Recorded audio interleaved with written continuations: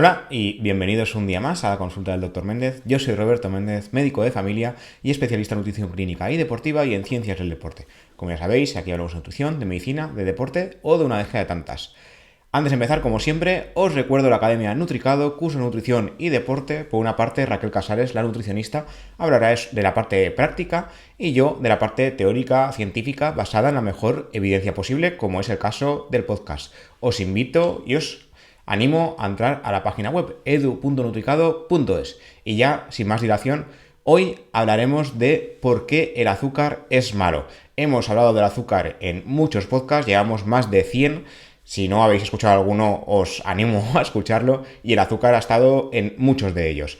El azúcar es malo por muchas razones, existe mucha evidencia científica alrededor del tema del azúcar, sobre todo, y en este caso, como hablaremos hoy, el azúcar añadido. El azúcar natural de los alimentos no suele ser un problema por muchas de las cosas que hablaremos hoy, pero el azúcar añadido sí. De hecho, nos centraremos justo en este y por qué puede provocar patologías, ¿de acuerdo? Entonces, por un lado, hablaremos de un artículo que escribí ya hace bastantes años, si no recuerdo mal, en 2017, hace 6 años, y que sigue estando de moda, porque de hecho todo lo que digo en este artículo sigue vigente a día de hoy. Explicar por qué el azúcar es malo no es una novedad, de hecho ya existía mucha evidencia científica disponible, pero cabe destacar que el azúcar blanco, el azúcar añadido, el azúcar conforme lo queráis llamar, tiene un montón de nombres en la industria alimentaria, fue tapado un poco por los estudios científicos. De hecho, en los años 50 esto se produjo en los años 50, pero se destapó muchos años más tarde. Hubo cierta tapadera por parte de la industria, por parte de la ciencia, para que creyéramos que las grasas eran el enemigo a nivel nutricional, siempre, pero resulta que el azúcar añadido, como digo, cuando hable de azúcar hoy, recordad que es azúcar añadido, no hablo del azúcar natural de los alimentos frescos, sino del azúcar añadido de forma artificial para dar más sabor a los alimentos procesados y ultraprocesados, ¿de acuerdo? En este caso, lo que pasó es que en el año 2016 la Universidad de California publicó un estudio en JAMA Internal Medicine donde hablaba que durante la década de los 50-60 la Universidad de Harvard publicó una serie de estudios a favor del consumo de azúcar, o más bien defendiendo que el azúcar no colaboraba en la aparición de enfermedades cardiovasculares. Había que buscar otro culpable. ¿Cuál era el culpable? Pues las grasas. En este caso, las grasas hoy en día siguen demonizadas y, como hemos hablado en muchos otros podcasts, las grasas no son tan malas como creíamos y el colesterol dietético no es tan malo como se creía. De hecho, se está viendo que mucho colesterol bueno, entre comillas, el HDL, no sería tan bueno como creíamos, como hemos hablado en otros podcasts. Como siempre digo, hay que seguir estudiando esto, no cojáis al dedillo todo lo que se dice en el podcast, porque nada de lo que digo es 100% verídico. Es lo que hay ahora, es la evidencia disponible en el momento que publicamos esto. Esta evidencia puede cambiar, ¿de acuerdo? Esto pasa siempre en ciencia, de hecho ya pasó con el huevo, pasó con la leche, ha pasado con un montón de cosas. Entonces la evidencia disponible ahora es esta, dentro de 10 años volvéis a escuchar esto y a lo mejor es que decía mentiras, no, decía lo que había en el momento actual. Entonces hoy en día sabemos, lo dicho, que ni el colesterol dietético es tan malo, ni las grasas deberían estar demonizadas, aunque Harvard sí que las demonizó en su momento, de hecho pidieron perdón por esto. Las cosas habrían sido correctas si los resultados del estudio fuesen significativos en aquel entonces, en los años 60. Y no sería la primera vez que una serie de estudios desmiente una creencia arraigada. Sin embargo, resultó que los estudios que defendían el consumo de azúcar en los años 50-60 fueron pagados por la industria azucarera de la época. 3 científicos de Harvard recibieron $6.500 cada uno, unos $48.900 cada uno según su valor actual. Aunque a día de hoy se cuentan por cientos los estudios científicos que evidencian el peligro de consumir exceso de azúcar, obesidad, enfermedad cardiovascular, diabetes, esta corrupción científica desvió la mirada hacia las grasas. Y lo peor de todo es que una década antes de que Harvard defendiese el consumo de azúcar, durante los años 50, ya habían empezado a realizarse estudios que culpaban al azúcar de estas enfermedades. Simplemente que una década después, Harvard lo tapó gracias al dinero de la industria.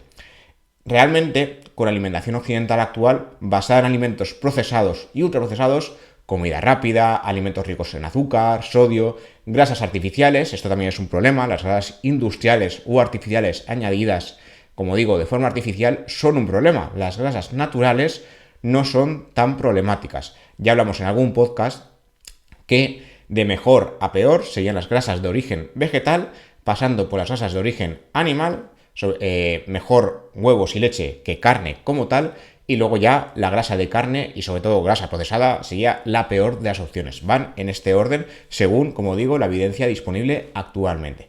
En el caso de los alimentos procesados suelen enriquecerse para tener más sabor de grasas artificiales y sobre todo azúcar añadido, mucho azúcar añadido. Hoy en día, a día de hoy, después de, como digo, este artículo tiene más de 6 años, no sabemos leer las etiquetas. De hecho, hay un montón de cursos en internet disponibles sobre cómo leer el etiquetado y la verdad es que la gente no se molesta en leerlas. Seguramente los que escuchéis este podcast sí, porque sois una población muy seleccionada porque os gustan estos temas, pero la verdad es que la mayoría de población no sabe cómo leer las etiquetas y no es algo que se estudie ni en clase ni nada. De hecho, el sistema está bastante obsoleto, ya que no suele distinguir entre niños y adultos. Sí que es verdad que han aplicado el Nutri-Score, que podríamos dedicar varios podcasts a eso porque no está muy bien hecho. Tampoco distingue entre hombres y mujeres, cuando ya hemos hablado en otros podcasts que la enfermedad cardiovascular, por ejemplo, sí que distingue. Hay más riesgo según el sexo por determinadas características y un largo etcétera. Pero las recomendaciones siguen siendo igual para todos y esto a día de hoy sigue pasando, como digo, después de años de este artículo que os estoy comentando ahora mismo. Todo esto lleva a que el consumo de azúcar se haya disparado. Y no hablamos del azucarillo que ponemos al café, que de hecho, como dije en algún podcast, no pasa nada por este azucarillo, sino que el azúcar está escondido en muchos otros rincones. Esto no pasa, entre comillas, ¿vale? Si le ponemos medio kilo de azúcar al café tenemos un problema, pero yo hablo de la alimentación en general. Si nos ponemos un azucarillo al café y no comemos nada más de azúcar durante el día, no va a pasar nada. Pero si durante el día estamos haciendo más y más y más azúcar, pues ese azucarillo sí que es un problema. Según la Organización Mundial de la Salud, la cantidad de azúcar que deberías comer no debería exceder el 5% de las calorías diarias. Hoy en día, según artículos recientes que he ido escribiendo, esto es un 10%. De hecho, en Europa esta recomendación ya era menos de un 10% en su día. Esto vendría a significar menos de 25 gramos de azúcar si fuera un 5% o menos de 50 gramos si hablamos de un 10%. Las recomendaciones actuales siguen hablando de entre el 25 y el 50 y nos las pasamos por el forro porque seguimos consumiendo incluso el doble. Hace poco salió un artículo sobre que la población infantil consume el doble de estas recomendaciones, el doble literalmente de media. De media quiere decir que habrá niños que consuman incluso bastante más. Esto es un problema y de hecho ya está siendo un problema porque los niveles de obesidad se han disparado en población infantil, adolescente y adulta, pero es que a largo plazo esto es una bola de nieve y será más problemático todavía. En el momento de escribir el artículo, en 2017, ya hablaba de que en el mundo occidental el consumo de azúcar ronda los 90 gramos al día de media y esto no está cambiando. ¿De dónde proviene este azúcar? Refrescos, bollería, sobre todo refrescos en jóvenes, hay muchos tipos de refrescos, los típicos refrescos de recuperación tras el ejercicio siguen copados de azúcar, algunos han ido reduciendo y a cambio han puesto edulcorantes y la OMS recientemente avisó de que los edulcorantes tampoco serían la mejor opción. Hay que decir que para ir cambiando, o sea, si queremos reducir el consumo de azúcar, como transición, los edulcorantes yo sí que los veo buena idea, pero como transición, no a largo plazo. Lo ideal, no consumir ni azúcar ni edulcorantes, ¿de acuerdo? Luego, dulces y chocolates, bollería en general, está ya copada de azúcar, conservas, mermeladas, cereales refinados y el alcohol también sería unos alimentos ricos en azúcar. De hecho, el alcohol representaría hasta el 10% del consumo de azúcar en la franja adulta, ¿vale? Para finalizar, algunos ejemplos de alimentos con más azúcar, gracias a los cuales es fácilmente superar este 5% o 10%, si lo queréis poner así por tener un límite más alto: cacao soluble, cereales refinados, galletas y bollería, chocolate blanco y con leche, mermeladas, postres lácteos, todo esto está ocupado de azúcar. Incluso el tomate frito y las salsas tienen azúcar. Si os fijáis en la etiqueta, tienen bastante más azúcar del que creemos. Otra cosa son los alimentos que tienen azúcar de forma natural, ¿vale? Esto es otro rollo, ¿vale? No tiene nada que ver. Por ejemplo, la leche tiene azúcar de forma natural, los yogures tienen azúcar de forma natural. Lo que hay que mirar es que no tengan azúcar añadido. Y cuidado con estas etiquetas de sin azúcar añadido. Vale, está guay que no tengas azúcar añadido, pero ¿qué le has añadido de más? En este caso muchas veces ponen edulcorantes. De momento a día de hoy, si no me equivoco, creo que no ponen la cantidad, no ponen en gramos, microgramos ni nada, simplemente pues tal edulcorante y lo ponen, y además nos ponen el código europeo y el número. Esto también es un problema para la población general, porque la población general no se sabe estos códigos, obviamente. Yo tampoco me los sé y me los tengo que mirar.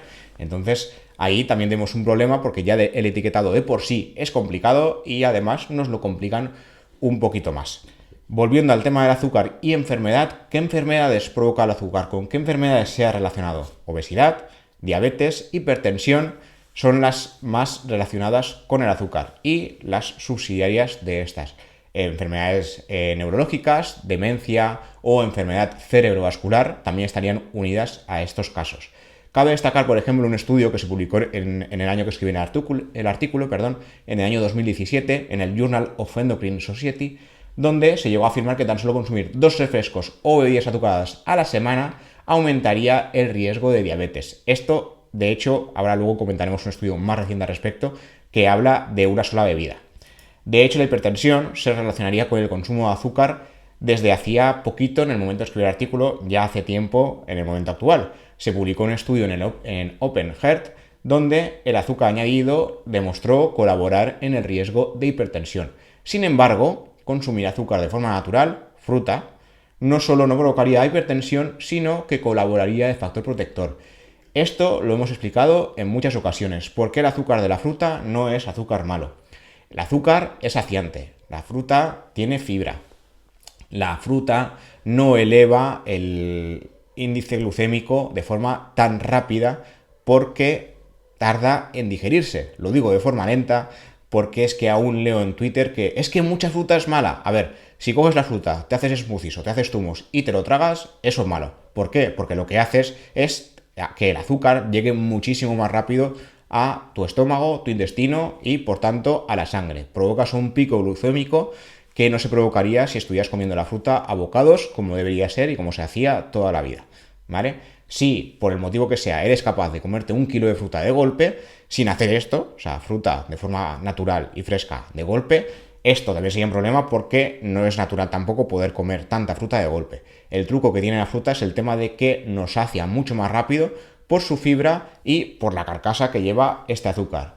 Habría mucho azúcar en algunas frutas, pero no llegaría tan pronto a la sangre y al intestino. Entonces ahí está el truco. Y de hecho se ha estudiado en muchas investigaciones, como hablaremos también después sobre la salud intestinal.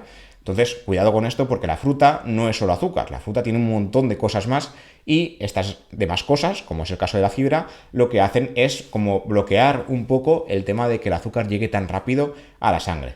Luego, para ir terminando con el tema de enfermedad, también se publicó un estudio en Neurology donde relacionó el exceso de azúcar con la demencia y otro en el Journal of Clinical Investigation, en este caso en 2015, un poquito antes, donde se vio una relación directa entre el exceso de azúcar y el riesgo de sufrir enfermedad de Alzheimer. De hecho, ya hablé creo que en algún podcast y en muchos artículos sobre que el Alzheimer se habría considerado una diabetes tipo 3. Esto es una cosa que se hablaba hace años. Hoy en día no he visto que se hable mucho de este tema, pero sí que se ha relacionado el tema dietético, la dieta en general, con el riesgo de diabetes y de demencias en general.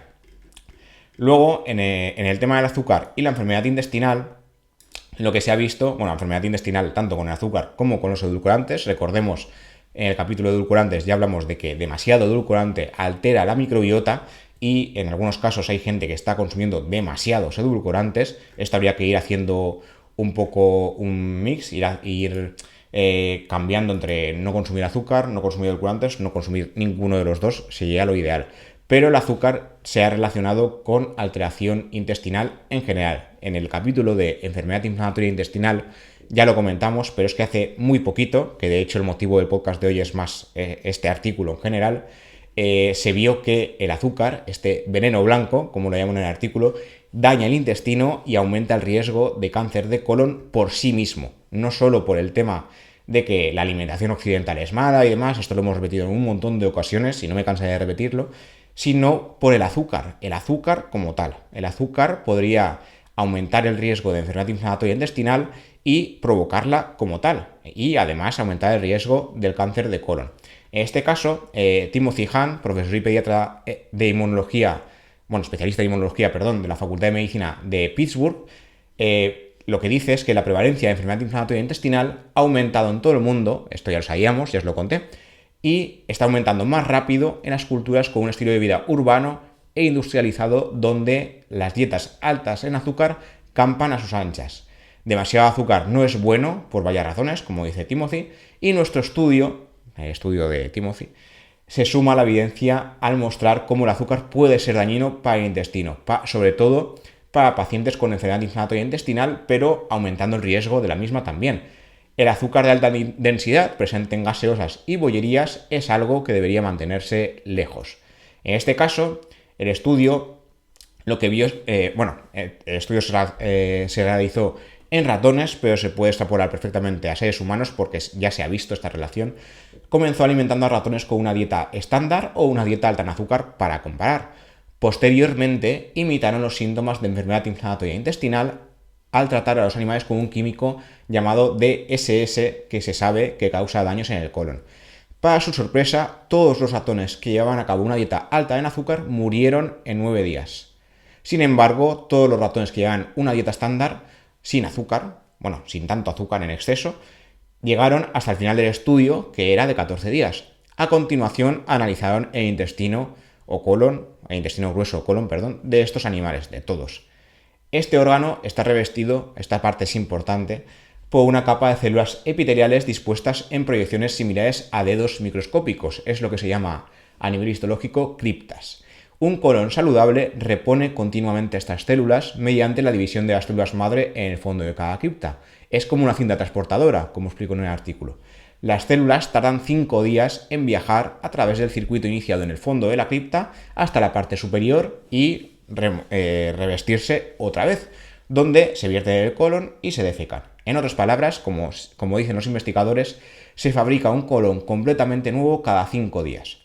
Cuando los ratones que llevan una dieta alta en azúcar recibieron el DSS, el circuito colapsó. La capa protectora de células epiteliales se perdió por completo, dando lugar a que el colon se llenase de sangre y células inmunes.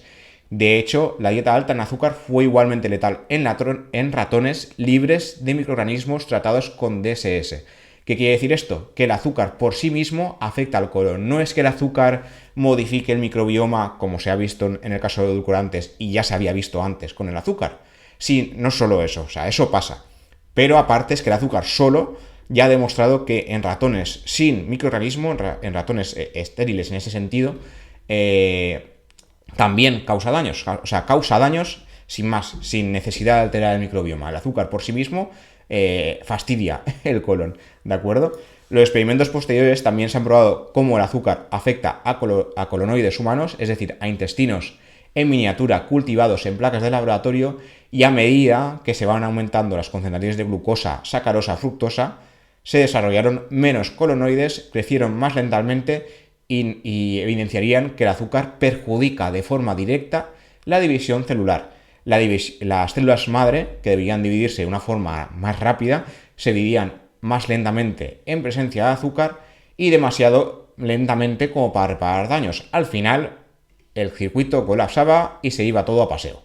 El metabolismo de las células además era diferente. Al estar cerca de azúcar, incluían el azúcar en su circuito, en lugar de preferir el uso de ácidos grasos. Se crecían en condiciones de alto contenido de azúcar y se quedaban atascadas en el circuito hasta que morían.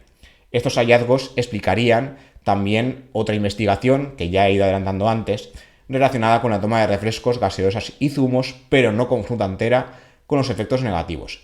En este caso, los investigadores explican: si comemos una manzana o una naranja, se consume mucho azúcar, pero no está ligado a las células de la fruta, por lo que llevan mucho tiempo digerirlo, que es lo que he explicado anteriormente con el tema de la fibra, pero aquí lo han visto ya a nivel celular. Sin embargo, si consumimos refrescos y bollería, el azúcar está disponible casi de inmediato en el intestino y es fácil beber una gran cantidad de azúcar en muy poco tiempo, pero no consumir fruta de forma tan rápida y tan exagerada. Y ya para terminar, os hablaré de un estudio, en este caso un metaanálisis que se publicó en el British Medical Journal, que analizó 70 estudios donde se analizaba el consumo excesivo de azúcar añadido. En este caso, nos dicen los investigadores que no deberíamos consumir más de 6 cucharaditas diarias de azúcar ni más de una bebida azucarada semanal. El consumo de azúcar es malo, esto ya lo he repetido durante todo el podcast, y la Organización Mundial de la Salud sugiere reducir el consumo de azúcares libres a al menos de un 10% de la ingesta total energética diaria. Estos serían los 50 gramos comentados, pero aquí el estudio ha querido evaluar un poquito más.